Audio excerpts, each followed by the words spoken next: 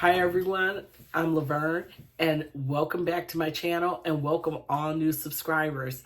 I'm Laverne Santangelo. I'm a private practice therapist, life coach, certified yoga teacher, and I'm also a veteran. So again, welcome to my channel. Today, we are going to focus on 5 challenges that are possibly holding you back from pursuing your second act, okay? And I'm going to talk about how to overcome them. And I want you to know that overall, these tips, I want you to keep this in the back of your mind. This is not about perfection, okay? It is so not about perfection. It's about taking the steps and overcoming fear and doubt and just working on those negative beliefs that are holding you back. Okay, so keep that in mind. I want you to kind of just let go of perfection here. And I also want you to know that what I'm going to talk about, I've been there, I've done that, I've been there several times, I've had to start over many times. I think the biggest shift and the biggest change that I ever have made in midlife, in my 50s, just 3 short years ago, and that was leaving my job, my corporate job in mental health to go private practice. And so the first tip that I'm going to share with you, which I had a lot of, was self-doubt and a fear of starting over. It didn't just happen to me in midlife. It happened to me several times in my life. Throughout my almost 35 years of being married, my husband and I went through several times where we had to start over for various reasons. My husband has worked in the mortgage field for close to 30 years now, maybe even a little over 30 years now. I lose track. But through that time, he's worked for companies that have shut down. He's worked for companies that have laid off. And every single time that happened, it came out of nowhere. Just came out of nowhere. There was no time for us to plan or giving us any time to even think about what happened. I mean, what was going to come next. I just know for me, it left me with a lot of self-doubt and it left me with a lot of fear because guess what? We had to start over. All right. And so I've become almost a pro at maybe, I guess you could maybe even say starting over or making that change. And what I had to do a lot of times, I had to reframe it. I had to reframe it in my mind and say, you know what? That chapter has ended. And now I have to start a new chapter. And this next chapter, a lot of self-talk. And in saying that, I had to embrace what happened, process it, and then say, you know what? What's next? A new chapter, a new beginning. And guess what? We'll do it even better. All right? I'll do it even better. Okay? So keep that in mind. You have what you need to start over. And maybe you've even been there before. And if you haven't, know that you're good enough. Okay? You are good enough to push through it and get to the other side of whatever that change is. Okay? Number 2, a fear of experiencing outdated health or fitness beliefs. Okay? So let's say that you want to start a new exercise program. Maybe that's something that you need to do because you need to lose some of this menopausal weight so that you don't start to develop, some of the chronic diseases and illnesses that they start to talk about. Or maybe you just want to start to feel better overall. A lot of times, and I know Gen X, we grew up with that generation. We grew up in that generation just like the generations before us. Not a lot of access to information, and so a lot of times we did what we learned from our parents. But now, with all the information that's out there and the access that we have to internet, and we know what questions to ask, and we know, we know, where to go to find, information, we can now start to challenge some of the outdated health or fitness beliefs. And so some of the things that you might, want to remind yourself is that there are a lot of things that we can now do that doesn't require a lot of high impact work to take care of our health. And you can still burn a few calories, and you can do things that's not going to possibly injure you, such as Pilates, such as restorative yoga, such as slow walks. And keep it in mind that, again, the goal is not to be perfect. The goal is to just get out there and try something new and believe in yourself that you can do it. And along the way, as you're doing that, build a community. I see all the time where people have built a walking community, a group of people that they meet up with at the park 1 or 2 times a week, and they just walk. They're not out there trying to run a marathon right away. They're not out there trying to run a half marathon or a 5K. They are just out there supporting each other and embracing this where they are in their life as far as trying to get movement and stay healthy. Okay. Number 3, I hear this a lot, and here's another thing that I hear a lot that gets in the way, and that's ageism and the fear of us becoming irrelevant. We still have a lot of time. And even though maybe some of those corporate jobs and things like that that are out there in certain fields that are out here are saying that we are irrelevant, that is even so far from the truth. Let's not embrace that. Okay. Society often makes us feel invisible by the time we get into our 50s. And so, that makes us start to think that our ideas, our skills, our wisdom, our ways of doing things are not welcome. And there are people out there. There are people that are younger than us. There are companies. We just have to find them. There are companies, there are people that will welcome our knowledge, welcome our wisdom. And then here's the other thing too. I am really going to say to you is that one of the things that you can do, and this is huge, and this is what I started doing in my 50s, and that is creating my own opportunities. All right, don't sell yourself short. I talked about this in the last video. Don't sell yourself short on the skills and the talents and the gifts that you already have. You can assess all those things, as I talked about in my last video, which was on before you take another course, evaluate what skills and talents that you already have.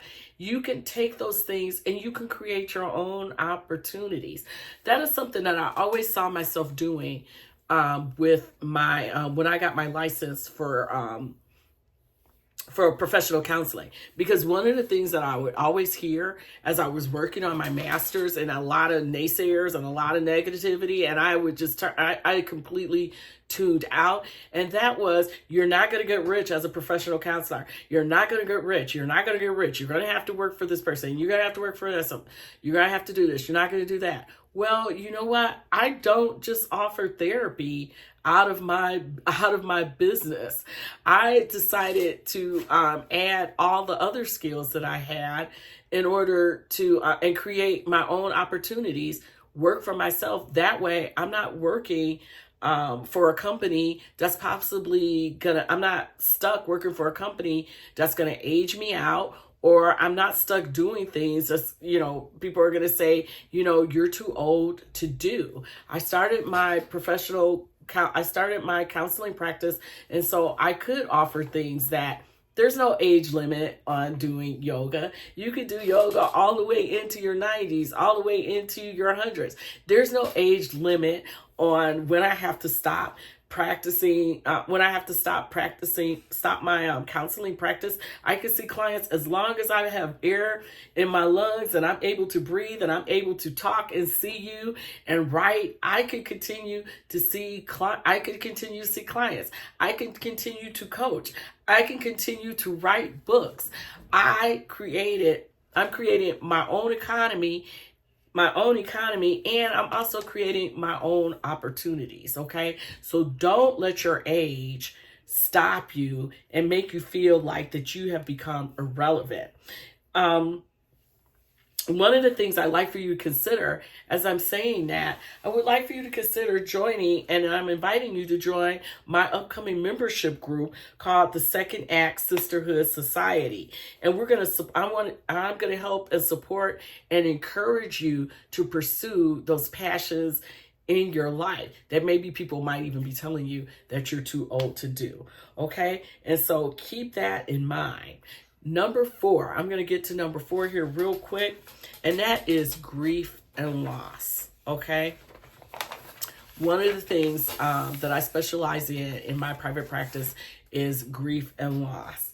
And whether it's the loss of a loved one, a career, an identity, grief can make moving forward feel very overwhelming. Okay. And one of the things that I encourage my clients to do as they're going through the grieving process, and I want them to understand, is, first of all, healing takes it's ongoing. It takes time. Okay. And there is no rush. All right. And there are so many things that you can do, and there's resources out there that can support you in your grief. I have a grief yoga class that I offer right now on Saturdays. Most Saturdays is 20 minutes. And then I also offer in person. What's coming up next year? Next year, I'm thinking I'm going to be moving my online I'm going to be moving my grief yoga classes to online. And so if you're interested, visit my website, lavernesantangelo.com. If you're local in the area, you will see the dates for the upcoming class. And then you will also see where you can sign up for the 20 minutes to just to help you find a little peace and a little liberation. Grief yoga is not about forgetting. It's not about moving on. It's not about letting go. It's about giving you permission to grieve and take the time to take care of yourself during those difficult times. And there's grief and loss in not just losing people. There's grief, again, career, grief in divorce. There's even some grief in retirement, okay? So grief and loss, that can be a barrier to that can be holding you back from pursuing that second act. Okay. Number 5. What do you think probably number 5 is? What do you think number 5 is? I'll hold for just a minute. Maybe you type the comment down below. You've probably guessed it. Financial concerns, fear of instability. And I'll tell you another one, and I'll tell you something that was big for me, and that was medical insurance. One of the reasons why I did not leave my job years ago, because my plan after I got my master's degree was to always go into private practice, but I wasn't able to because I was the person that was carrying the medical insurance in my family. And I'm sorry, I might have said life insurance before, but I meant medical. I was the primary person carrying the medical insurance. It was cheaper for me from my job because I was carrying myself and my 2 sons on our medical insurance. And I did that, for years, not just during these last few years when I went to corporate, but even when I was in the military, I was the primary person for insurance, and it was a lot cheaper. And so that was something that held me back for a long time of pursuing just entrepreneur before I even got into midlife or before I even came over 50. But that changed 3 years ago when my husband got a job where he was able to pick up insurance for him and I both. My sons were older, and so after a certain age, they didn't need to be on. It just, they couldn't be on our insurance anymore. They had aged out. But my husband had started a job where he was able for me to get on his insurance, and so that covered us, and so that was my solution. But before that, I was not able to leave that. But in life insurance, I know that is a big deal for people who want to, not life insurance, medical insurance. That is a big deal, and that's something that people really, you need to have, and people really consider, and could be a barrier for you to leave your job. And the other thing is too, just financial worries. They can feel like a huge roadblock to pursuing your dreams, or even enjoying the freedom that you've worked so hard for. So what I would really encourage you to do, if that's the case, do your research and evaluate your finances. Really take some time to evaluate your finances. Work with a financial coach. If it is about medical insurance, maybe you get out there and you really search and see what's available, what's doable. If you were to decide to leave your job and start the second act, or live your dreams before you're ready. If you're wanting to get Medicare, that doesn't kick in until 65 or plus. But I don't know, maybe you're in a financial situation where you are able to pay for insurance outside of your job. But before you discount it completely, and before you say, I just can't financially do it, really sit down, evaluate everything. Look at your plan, look at your finances, look at what you have in retirement, look at the possible money that can be made for your business, and then make a decision from there. Remember, one of the things that I did as I was moving into entrepreneurship, I always prayed for God. I very much, as I leaned on God a lot as far as starting my business, and I was constantly taking things to prayer. And I always remember one of the things, if as a believer, as somebody that believes in God, one of the things I hold on to is that God, will either say, yes, not, it's what is it? Yes, not now, or soon. I believe that's what it is. Okay, yes, not now, or soon. Okay, and so I always took that to mind. And guess what happened? It was soon. It didn't happen right away. And like I said, I carried the insurance for a year, but it did happen. And so keep that in mind. Get the vision. Take it to prayer. Keep it in front of you. Evaluate. Constantly do those evaluations to see where you are, and to find, and you'll get that this is the time that, yes, I finally got there with that. And so with that being said, okay, my 5 tips: overcome that self-doubt and fear by reframing those negative thoughts. Evaluate, go out and find out what exercises work for you if you're looking at weight loss and, you're looking at fitness. Number 3, you are not irrelevant. You have a lot of skills. You have a lot of skills. You have a lot of talents. You can create your own economy. You can create your own opportunities. I am very much living proof of that. Number 4, grief and loss. You can hire a grief coach. You can get a therapist that specializes in grief. There are so many online support services that are out there. Visit my website to learn about grief yoga. If you're local here in Michigan, as I said, I'm a therapist that's licensed here. Number 5, research, evaluate, and put a plan together, looking at your finances and looking at your medical insurance opportunities, okay? So listen, I hope those 5 tips were helpful.